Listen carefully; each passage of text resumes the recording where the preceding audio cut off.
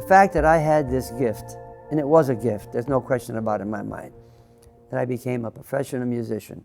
And I couldn't do anything else, even if I wanted to. I wanted to play trombone. I loved the way I listened to the radio all the time. I hear Tommy Dorsey playing that.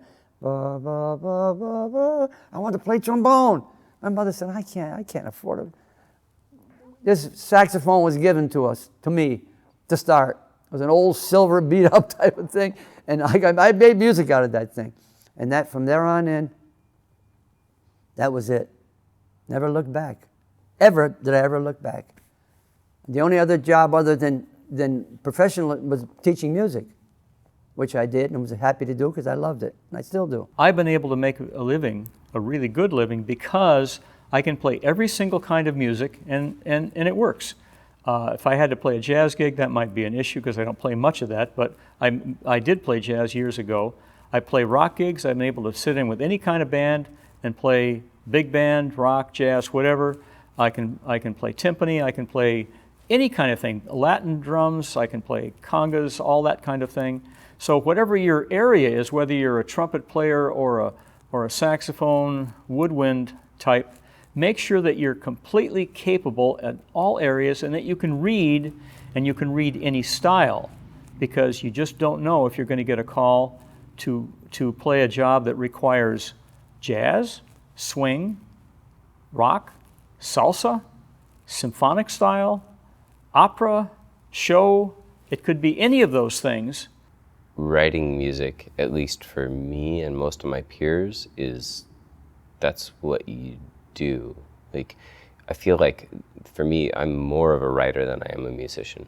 If anything, I'm like, I enjoy myself tremendously, but I'm a total hack as a musician, you know, and I enjoy it. Like, I love to hack away at things. When I play too much of one instrument for a period of time and I start to feel too comfortable and there's too much muscle memory involved, I want to distance myself from the instrument. That doesn't mean I shouldn't be a union member, but it means that there's something about like the process of discovery that's like phenomenally important. And feeling uncomfortable with your tools brings out something more interesting to me than when you're feeling in complete control.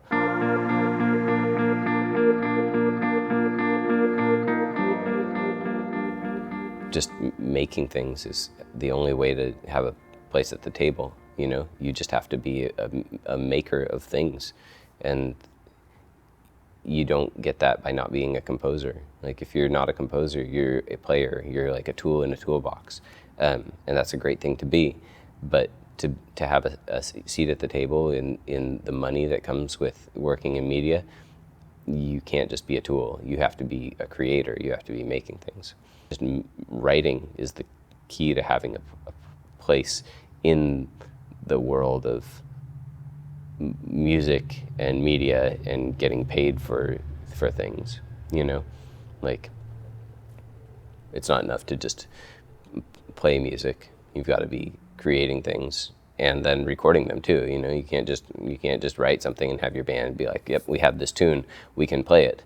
Like, it's got to exist. It's got to exist, you know, in a recorded and manipulatable fashion.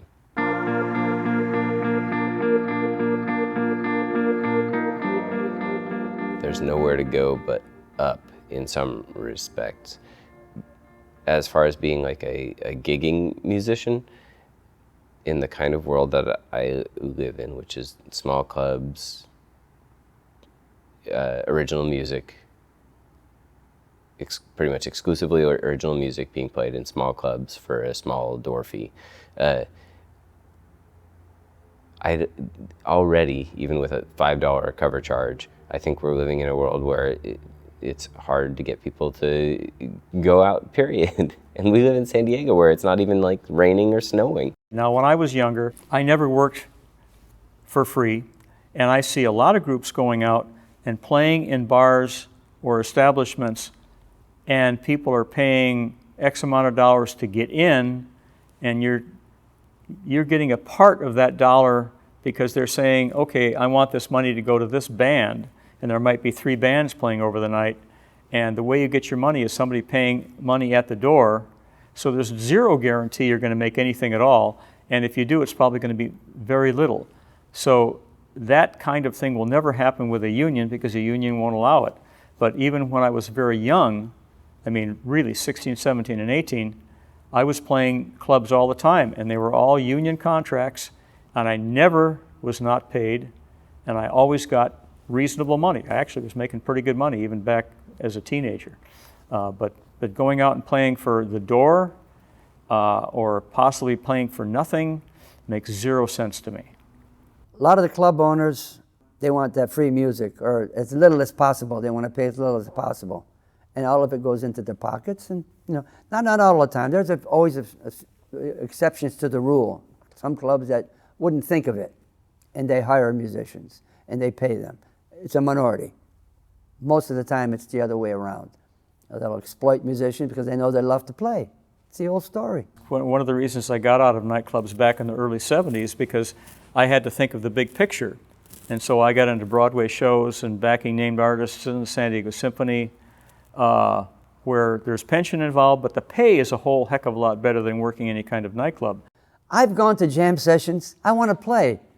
Now, the thing is that I was usually invited to these jam sessions. They're still going on, by the way. I don't do as many as I used to. But I'd go up and got my horn and play and feel good. As long as I knew that no one was getting paid and that the place was using it just to hang out to play, you know, and do our thing, it was okay. Because I did. I loved that. And I learned a lot from playing in jam sessions, especially in New York. Gigging is just a weird thing. Like sometimes you will play a show and you will get $50, and sometimes you will play a show and you will get $1,000. And at least in my experience, neither ones of those are union. I don't think I have. I think one time I played a concert that was a union concert, and it was because it was playing at an ad agency's event, and they were signatories with the union. That was the one time in the 25 years of performing live music that I've ever played a union event or even known about one, because the kind of music that I play isn't something that's usually lives in the union world. Like I play pop music or underground music. I feel like when you get to a certain level, maybe like if you're playing stadiums, unions might be involved, but I'm not even sure about that. Like I don't know if Madonna's musicians are members of the musicians union or not, because I'm certainly not on that, like in that world.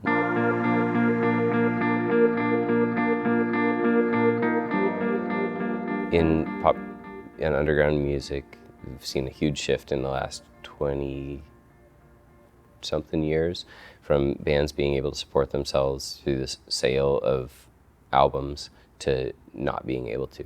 You know, even very popular, well-known, successful bands at this point aren't selling enough CDs and records and tapes and MP3s to support themselves. And it's kind of created a new reality where the tour is the only way that bands are making money to be viable. When I talk to friends who do music, even if they don't enjoy touring, they feel like they're forced to, because though they'd rather be home writing new music, being with their family, etc., they feel like the only way to keep making a living as an artist is to hit the road, because then you will actually get paid, and you will sell things like T-shirts, and people who come to your shows, you know, maybe they've downloaded all of your records, but they'll be more likely to buy something because they just saw you and they loved it and they were happy. So that's created a situation where what used to be frowned on, licensing music to TV, to advertisements and things like that, is now just generally accepted across the board as an economic necessity. The good side is that you can record something and get it on the internet, and if people are chasing around, they can find it. You can get much better exposure than you could 50 years ago when I was recording in the band that I was with back in Wisconsin. We put a record out, worked great in the state of Wisconsin, never went any further than that. But now you can get it out very quickly. That's the good side. The bad side is it's really hard to get any money for it. So you get exposure, but you're not getting paid. It's a tough area, and I don't really have any answers.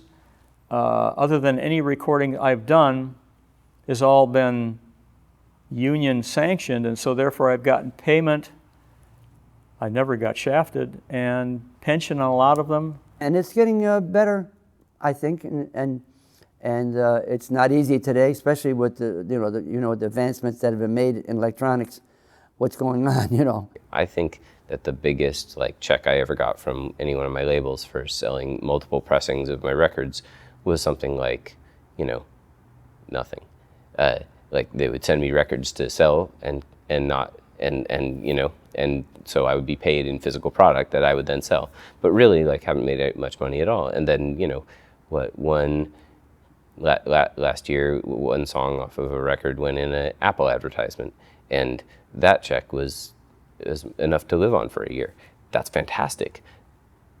In the 90s, maybe most bands would have said, no, gonna pass on that, thanks. We're making enough from the sales of our records.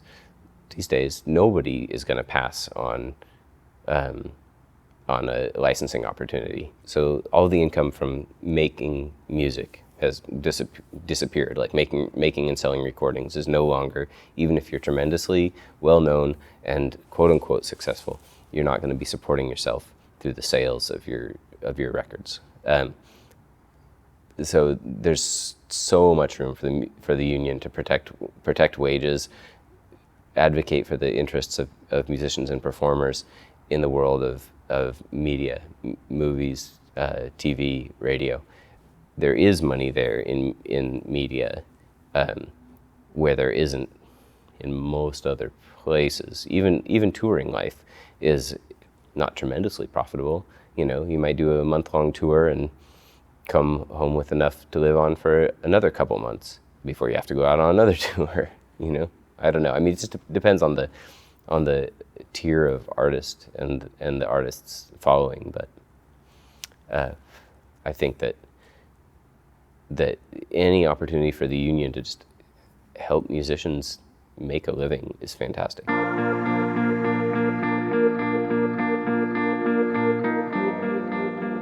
Well, I'll tell you, I've been on the board a long time, and when we tried to get a CBA down at Croce's a while back, she said, I am not any part of unionism. I don't want, this is what I pay the musicians, and if you guys come in here and we make a CBA going on here, then I'm going to have to come up and I'm not going to be able to maybe survive. Well, that's a lot of baloney. Place was always loaded.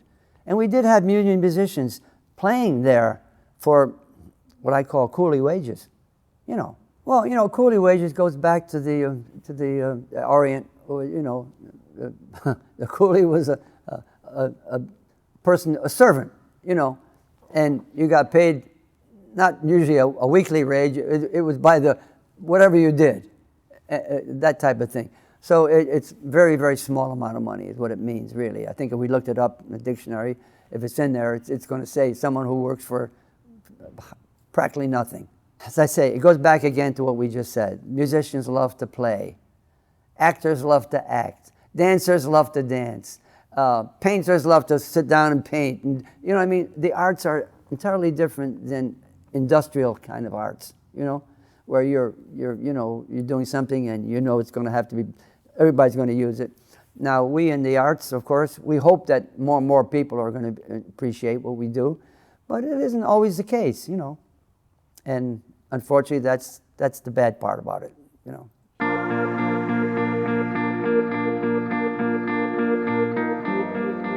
The amount of money that you throw away doing a lot of silly things. I mean, musicians have always been known to be big drinkers, I did fall into that for a while, when I was very young, especially in New York City. All the guys that I knew were drinking, and you fall into that situation. And all of a sudden you say, hey, what am I doing to my health here? I don't feel good anymore, I know so many musicians, guys that I was close friends with that are gone, died young, heroin, mainlining, I could never understand it. And it wasn't always just that, it was also the booze as well. Because when they couldn't get one, they got the other. You know, that's the whole. It's too bad, but. And you know, people used to say, "Well, it's the jazz musicians only." It's not just the jazz musicians. I know there are a lot of other professions that have gotten into that. It's a unfortunate situation that when this thing happens, there's money being involved. Somebody's making a lot of money all the time on drugs. But I hope we've seen the worst of it for our musicians, not only here but all over the world.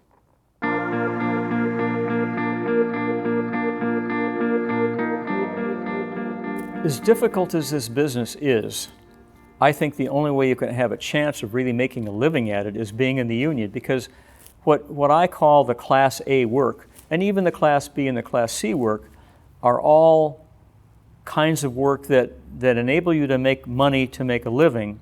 And again, that pension thing, which I keep going back to, which I think is really important. These kinds of this kind of work is the only way you can do that. If you're not into the work that pays decently and has the possibility of a pension, it's really hard to make a living. I mean, there's a bunch of musicians out there that are just starving, and a lot of them, I would suggest, do something else and play music for fun, because if you can't make a living doing it, you've got a rough road ahead of you. I think absolutely that being a union member is a big step towards just creating a life as a professional musician in media. I think that it's a lot more marginal in the art side of it than it is in the commerce side of it. I don't think that if it wasn't for work in media, I don't think that I would be a union member, just because I probably wouldn't even know about the union. Like, there's not a lot of outreach, especially, there probably is more into the jazz and classical world, but I think into just the general world. I mean, I come up from, like, you know, punk and electronic and noise and rock, pop roots, right? So nobody's talking union, you know, like it's not sexy. The union isn't sexy, like to young, passionate artists, right? That's just not exciting. But the reality of it is that to be a working musician, making your living completely from music and media, it's essential. And I think that it's one of the first steps that you take, even before you're making a full living from it, because it's going to facilitate you actually making a living from your music. So it's hugely important in that way. We made a survey years ago. We pay less dues as musicians than any of the others, the carpenters, the electricians. They're way up. They're double and triple sometimes what they pay a year. We're a small organization, yes, but it's commensurate to what we pay. So it's not a lot. How many musicians do you think could go over their own little financial situation to say, now look, I can do this, I can let this go, but if I want to be a musician, professional musician, then I'm going to make sure I have enough money to. It's not a lot of money. No, don't forget, a lot of it doesn't stay here. It goes to the federation, AFM, you know, and we still pay a lot of money to them. Just the fact that we are a adjunct of the AFM. So, you know, it works that way. And, you know, I want to tell you one more thing. I did a lot of traveling in my days. I was doing jazz festivals, and I was doing the Birmingham Jazz Festival not long. I guess it was 93, something like that. And I used the booker that was booking me out of London knew what I wanted and would book me. Every one of those musicians in that festival were union musicians. London, they're very, very up on this unionism. All over Europe, Italians are the same way. And here we are, the baby country of the world, really. We're a baby next to these other. And without this union, we would not survive. We have to survive. We have to survive, and we need it because it's a protective. And that's what it was first called, Musicians Protective, when it started. You know, we've had our bicentennial already, you know, here. So anyway, that's the story about it. Yes, you were told by somebody that I was a strong union member, and I am, and I'd always will be. And I mean unionism. I mean, not only in music, in everything. I know a lot about it. I'm an educated man. I know a lot about our country, our Constitution, and a lot of other things. Without unions, this is a different country.